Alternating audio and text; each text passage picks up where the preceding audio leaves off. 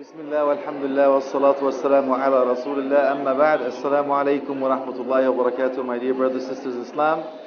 And inshallah we will go on a journey. You're invited on a journey. A very short journey, but it means a lot. And hopefully, again, by the end of this journey, we will learn a lot. If we listen with our hearts and really think about the reason we're here, and hopefully, inshallah, we can see the reward.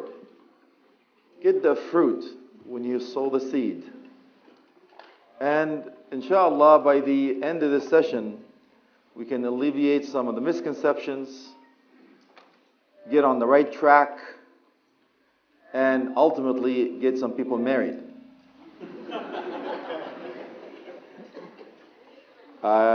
The brother was coming to me, I misunderstood him from the Sydney posse.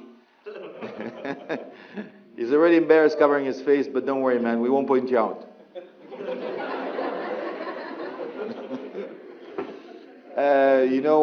When I was under the impression he was married to two of the sisters, sadly I was mistaken. He was still looking for his first wife. So we're making advertising on the brother's behalf. Inshallah, we'll come up with a game plan for everyone that is looking for a spouse, inshallah. The topic is marriage, the dilemma of marriage. And, why is it stressful? Why is it a dilemma? Because we make it a dilemma. Because we make it stressful. Because we stayed away from the Quran and Sunnah. And what did we take on? Urf. We took on tradition, cultures, habits, old baggage, luggage, what we call back home. Still, I deal with this a lot, either before, through, or after. And it's so simple, subhanallah, but we make it difficult. Let us start this journey quickly. The number one reason you will have a successful marriage, inshallah, is by being proactive, by doing your homework. We talk about this in details, inshallah, in the course, but we're taking you through a sort of a quicker tour tonight. Please understand that if you don't pave the way in a profound way, a solid foundation of your marriage, you will have a shaky start. Not a very good way to start. So let us start beforehand. Before marriage in itself. I'm going to ask some questions, and hopefully it'll trigger something. I'm going to ask a very simple question. What is number one haqq? What is number one right for your children? Anybody knows? MashaAllah. What is it? A good mother. MashaAllah. Who is that? Allahu Akbar. Good for you, akhi. Wallahi, he's right. Most of the time I get a lot of answers, but that's exactly it. And he didn't have to call a friend or alhamdulillah, survey says number one and all that stuff. It's true. Being a proactive father or a mother is choosing the righteous spouse. It's true. Very true. There are some more rights for your child. We'll take them in details later, inshallah. But now at least let's pave that way. We're going to take you through this process of choosing the spouse, then getting this wedding thing out of the way. How stressful can you be? So let us now, we talked to the sisters early on today. We talked about this building, of dreams. I'm talking to the brothers now this time, just a little bit. When I go to universities, usually speak to the youth, I tell them, Akhi, what do you remember from the hadith, man? When Prophet Muhammad ﷺ mentioned 4 criterias for the sister to look for to wed? What do you think number one on the Yeah, I remember the hadith, man. What do you remember? لجمالها, of course. For her beauty, man. It's true. It's very true. Beauty is actually there. Ibn Hajar al-Asqalani, rahmatullahi alayhi, he actually mentioned that, and we'll take the reason we say that for, not here, but another stand. But Islam is a practical religion. It's true. Prophet Muhammad sallallahu alaihi wasallam mentioned these 4 criteria for a reason. So you want to look for a beautiful wife. Because if you don't have a beautiful wife, according to your standards of the eye of the beholder, inshallah, because you walk downtown or somewhere in Australia in the summertime, may Allah help you, inshallah, or on university campus, and you see things, sisters in humanity walking around, and now you go home and look to your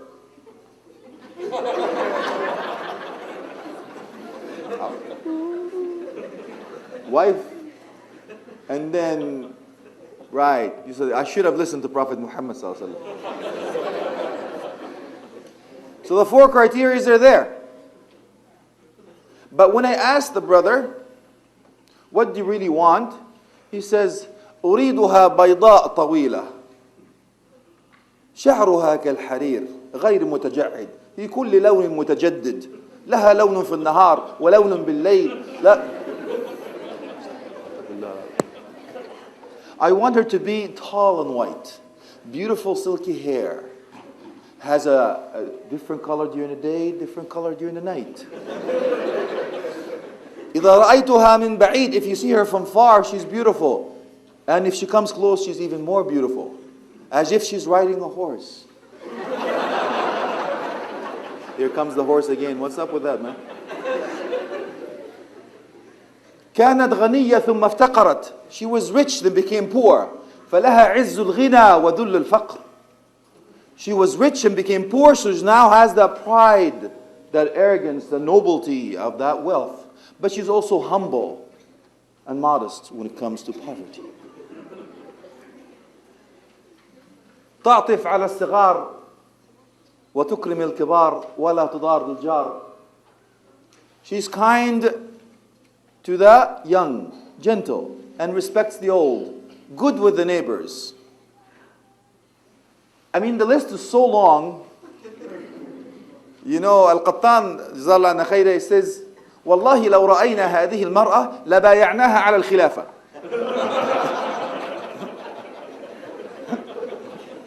By Allah, if we find this woman that you have all these criteria for, we would have, then what? Put her as an Amir al-Mu'mineen, man.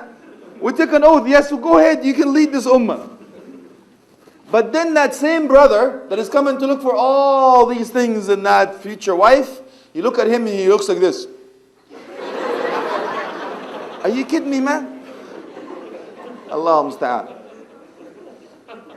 So we put pressure on ourselves for not being realistic and not heeding to that Islamic marriage strategies and the Quran and the Sunnah, inshallah. So there are 2 criteria for the sisters and 4 criteria for the brothers. Inshallah, we are not going to emphasize that. But I want to give you one thing. Prophet Muhammad sallallahu alaihi wasallam has given you one that you cannot go without. Which one is that? The deen. Very good. So I will give you with a one visual that hopefully you will not forget. Okay?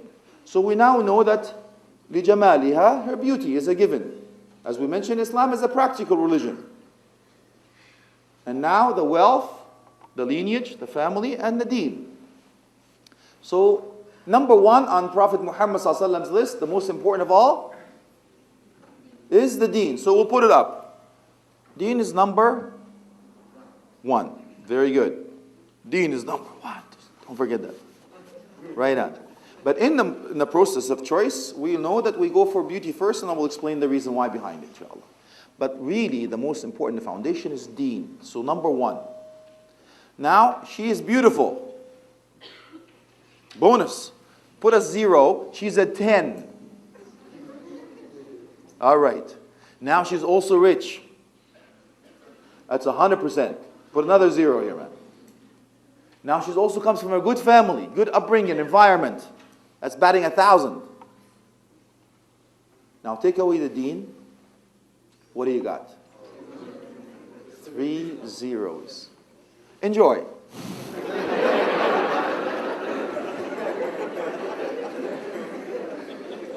Good life, mashallah. Now we already know the sisters is looking for this man on the white horse and all that stuff and the things that we talked about earlier. And that's where the dilemma comes in. Why? Because they've been reading this story with this guy and this guy that's coming in with all these fantasies, right?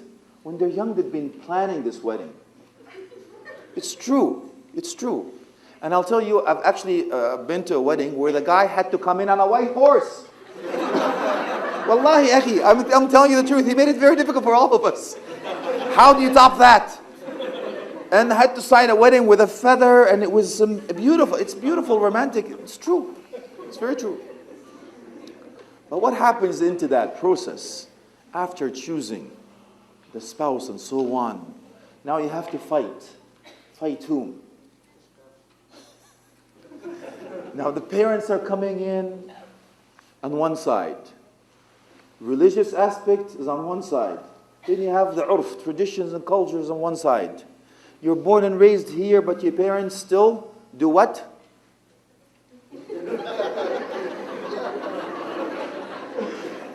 With all due respect, of course, I speak, come on, tika, acha, ji, kehala, you know. Been there, done that. I love biryani, by the way, don't. It's true. You're in the dilemma.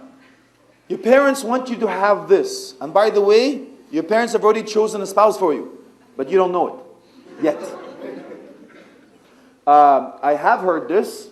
One brother got a phone call. Hey son, go pick up your wife from the airport. She's coming in. Now what do? You're in a dilemma. You want to please your parents because you don't want to disobey them because there's rules and regulations that has this 1, 2, 3. But now you want to live your life. You do not want to receive your wife in a parcel where you have to sign for her and go, ah! For the first time in your life to see this woman. It's against the sunnah, by the way, you're supposed to see her, right? Don't talk about that. So now what happens? You go through a struggle. And then who do you please? Your parents? Yourself? Culture? What? How about pleasing Allah subhanahu wa ta'ala? How about following the sunnah of Prophet Muhammad sallallahu alaihi wasallam? You can't go wrong.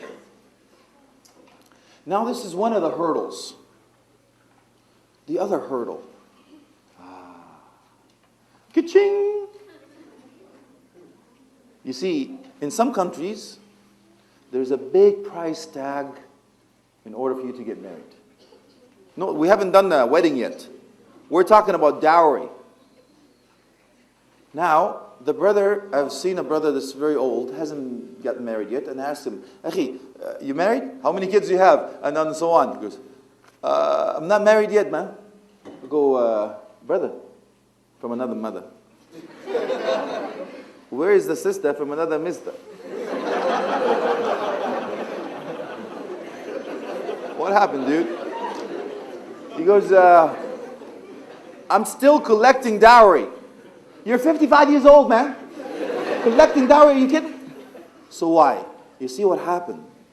The scholar says, this haram thing that is going on around, this jawaz urfi, this boyfriend, girlfriend, this chatting, this phone calls, the stuff we talked about earlier, you know what the scholar says? لأنكم صعبتم الحلال فصار الحرام يسيرا. We have made it difficult for our own sons and daughters to do the right thing, to get halal marriage. We put so many labels, a price tag, so much pressure on our own children, and they are a walking, what's the proper word to say it? They have things inside them. They move. It's true. Human beings with emotions, temptations, they see things around and they act upon it. But now we put all these restrictions and hurdles. You have to do this, you have to do that, you have to do this. And some of us are actually what? Reserving our own daughter for my brother's son back home. Wallahi, it's true. These are true stories. We deal with this all the time. And oh yes, I will not marry my second daughter unless my first daughter gets married first. Same with the brother, and the sister is going around. My man, how you doing? I'm waiting. Is this halal or haram? Is this the proper way to do it? Is this the sunnah? Subhanallah. Now, what happens? Is this part when it comes to delivering the final product? You know, we're holding on to our daughter so much because we don't want to give her up. And this brother's coming in and fighting you. I want, hey uncle, can I have your daughter? You know, we have to go through a struggle. This wali now, I'm the last line of defense, so we have to look for faults with this guy. Shoot.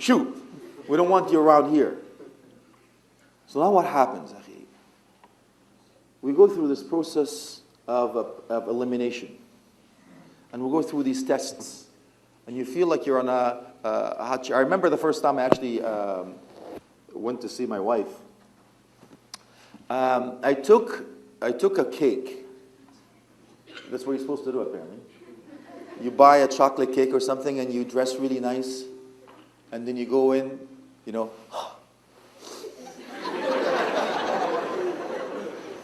You know, the shoes in the back and you polishing and all that stuff. And you're like, your heart is going. And now you knock on the door and all of a sudden you see this, like the fire dragon, whatever you call that. You know, you go in and you have your father, her uncle, her brother. It's like you're feeling your fire squad. And they're shooting at you with all these questions. You go, I just came to ask for her hand in marriage, man. So, of course, the first time I actually did not see my wife. It's true. So I am going back and going. And I'm waiting for a phone call. I had to go through the process with that firing squad first. And I had the second phone call. And I go in for the second time. Like interviews. Trying to get a job as a husband. And now I had to buy another cake. This is costly, man. What's up? And I had to go with another suit because otherwise they will think I only have that one suit that I'm trying to impress these people. Again, the whole duration of the interview, she didn't come out. She didn't come out. So I'm going, alrighty then. So just before I go, Jazakumullah khairan, thank you. I get the hint. Cool. You don't have to. You don't worry about it. So something was pushed out. They actually had to push her out in order for me to see. These are things, it's true. Like the more difficulties and all that stuff, I understand. But now, when it comes to even the process of, yes, you agree on certain things and parents agree with each other and the children and money, job, place, where, what language, kids and all that stuff, different criterias. Here comes another major hurdle. What is it? The wedding. You're right. The wedding itself. Allahu Akbar. You know, I know that some certain cultures have so many, mashallah, events in order for the brother to actually get to be, you know, alhamdulillah, halal inshallah, you know, with her, it's amazing the hurdles that they put through. What happens? First, they have something I believe called, you know, nikah ni'ma. Then you go rukhsati. Then they go bankruptcy. And they go. By the time the brother is actually married and alone with his wife, he's $40,000 in debt. How do you start your life in a minus? Honey, we're broke. So we have to raise money to be able to say we're even or we're broke. Subhanallah. So I say, why, akhi? Why put pressure on yourself? And ukhti, why is it then? And the most answer is, because my cousin did this. Or my this did that. My dowry was this and her dowry was that. And that, what will people say? How can we? And wallahi, it is very difficult. Very difficult, even though that we identify ourselves as a Muslim. But we buckle under pressure because of the people, the cultures, the urf, these traditions, these things with a price tag. And of course, the dilemma, living in this society, what happens? What kind of a wedding will we have? You know, right or the left? Are we the more the moderate? So maybe the brothers on this side, the sisters on that side, and the married people in the middle. Will we be doing the duf or what anashid? Or what kind of all these things that they actually fight, and believe it or not, some marriages break up before they even get to the first base because they cannot get together on this. And what happens, of course, during that wedding? Guess what happens on during the wedding? Apparently, it has to start with Quran. Because I go into the weddings, doing this marriage certificate thingy, and you know, the sisters, amazingly enough, I call this the convertible hijab. The sisters have this beautiful shawl on their shoulders, and they start the wedding with أعوذ بالله من الشيطان الرجيم. They start the Quran. And all of a sudden, amazingly, a miracle happens. The sisters with the scarf on their shoulders, what happens? They go, Allahu Akbar. All the sisters are muhajjaba now. Ashhadu an la ilaha illallah. This is amazing. I have seen this with my own eyes. Then, after a while, what happens? Sadaqallahu al-azim. What happens? A'udhu billahi minash shaitan. Wastaghfir. La hawla wa la quwwata. So close, yet so far. As if hijab was just there in order for you to put it when the Quran is recited. Subhanallah, ya akhi. Now, in the wedding in itself, these dilemmas, these hurdles that we go through, it's a moral dilemma for us. What do we do? So I have a little bit of a game plan for you, inshallah.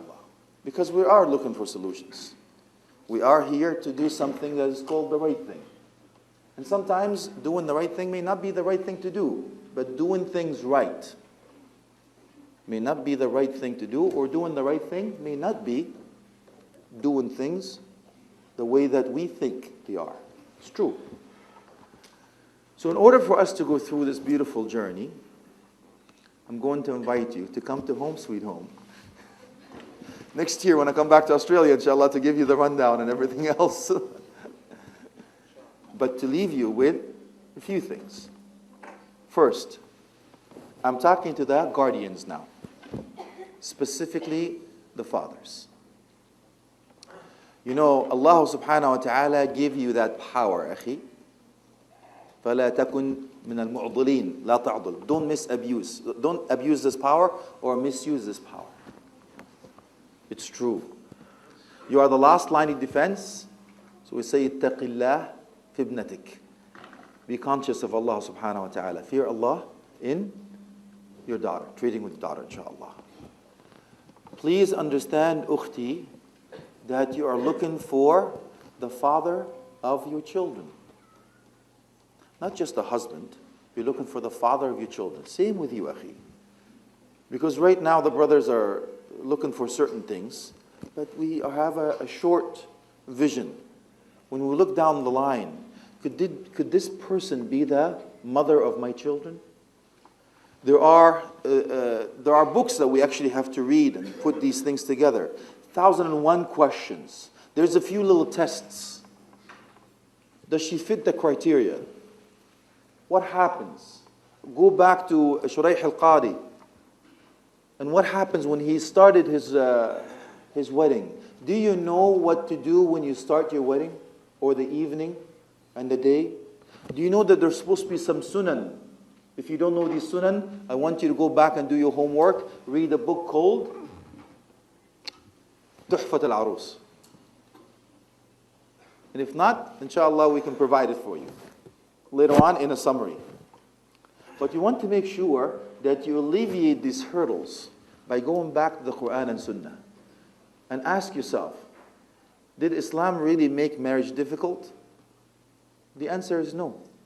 It's very easy. As a matter of fact, when I deal with other societies or other ways of life, they say this amazing. By one word, this woman is married to this man, one word, and they're not married anymore.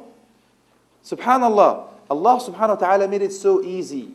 With credentials, the criteria are very simple. Look at Fatima radiallahu anha wa ardaha. Look at Ali ibn Abi Talib radiallahu anhu wa ardaha. What did they do? How did they do it? Even Ali ibn Abi Talib, what did he do? He actually, Prophet Muhammad sallallahu was the one to approach Ali ibn Abi Talib radiallahu anhu. So what did he have? What was her dowry, by the way? How about the shield of the armor Prophet Muhammad gave? What was her furniture like? Fatima Zahra, the daughter of Prophet Muhammad sallallahu, the leader of women in heaven. What was her furniture like, Yakhi? Anybody knows? Subhanallah. Amazingly enough, you'll find out they had something to sleep on. A pillow that had loofah inside as a stuffing, and one pot to cook in, and one something to grind the seeds.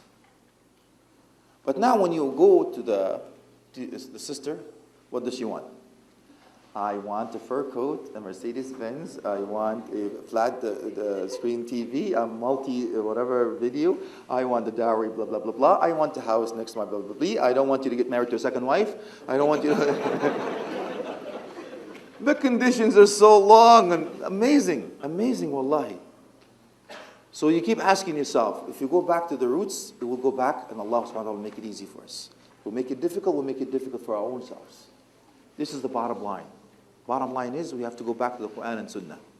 And you find out, how did Prophet Muhammad say? And what did he say?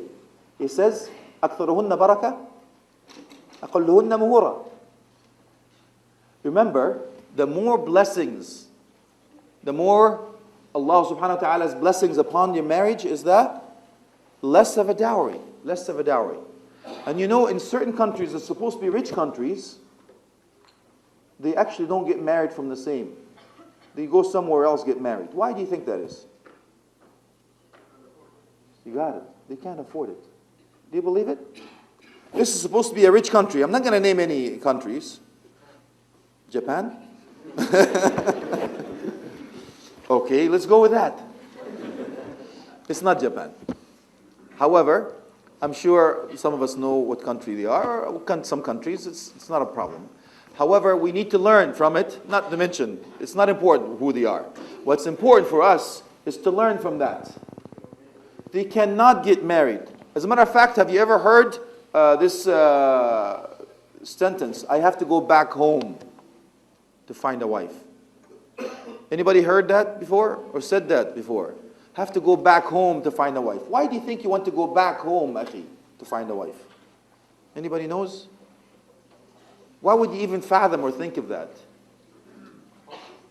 Because you cannot afford some, it's true. Or they will think it will be easier that way.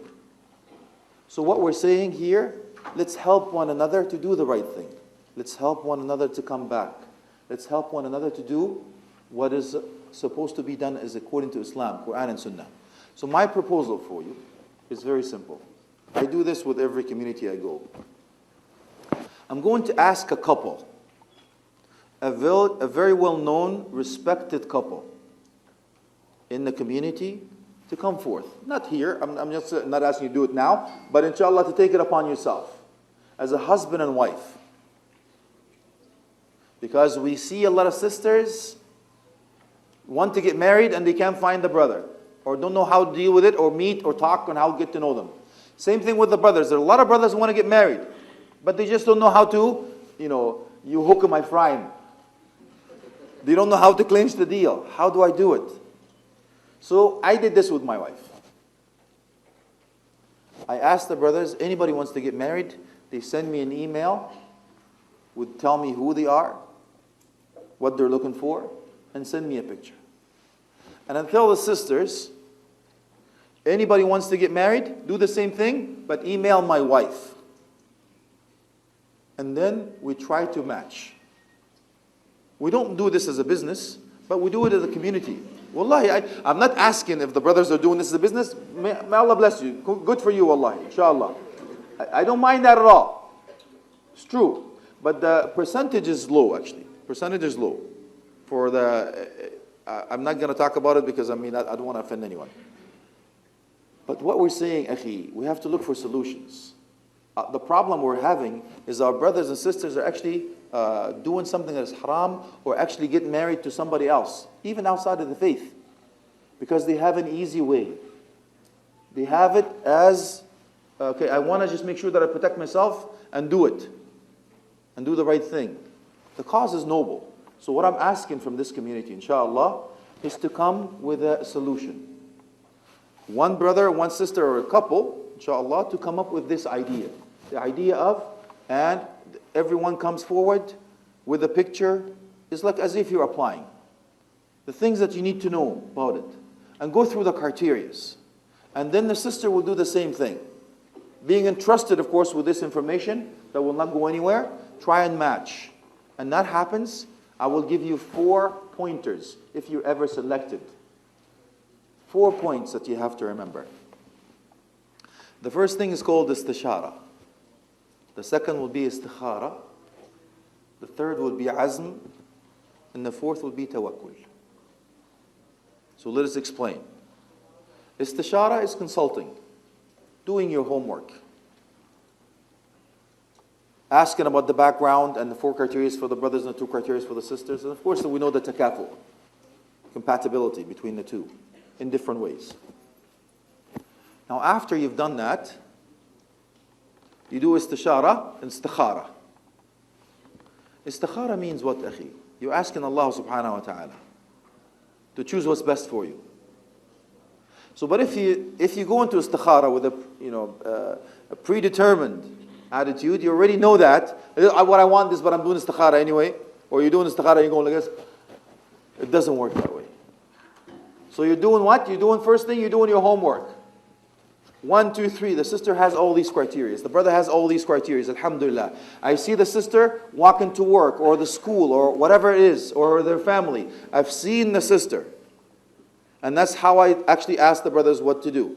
I tell them first, see the sister, akhi. If you like what you see, then proceed. Then you ask about the background. You ask about all these things. You've done your homework, pray 2 rak'at. To ask Allah subhanahu wa ta'ala to choose what's best for you. Because no one knows what's in the heart, and no one knows what's in the future except Allah subhanahu wa ta'ala. Now once you get the green light, if things are going very smooth, proceed. If things are making it very difficult, no matter how hard you try, run! Abandon ship. Run, Forrest, run. Yeah, exactly. Allah musta'an. After that, by the way, you don't have to see anything in a dream or anything like that. By the way, it's an illusion. So now the third one is after you get the green light, things are going smooth. Azm, determination. Number 4 is you put your trust in Allah subhanahu wa ta'ala. Very simple formula. When you start, I want to go back to Shuraih al-Qadi, what I started with. I want you to sit down with that sister of yours. Sorry, not sister of yours, not good. With your wife, inshallah. As the Shuraih al-Qadi's wife said, says, Ala rislik, hold on. He says, please tell me what you like, so I can do, and tell me what you don't like, and I will not do. Very simple statement, but we don't do it. We take everyone for granted. Amazing. Subhanallah. And then you talk about the goals, the comments, and all that stuff. And inshallah, the sunan. I want to start you off with the right sunan. And I will leave you with this, inshallah. What do you guys do after the wedding? I know you've seen the movies. Usually what happens? The brother will carry the sister.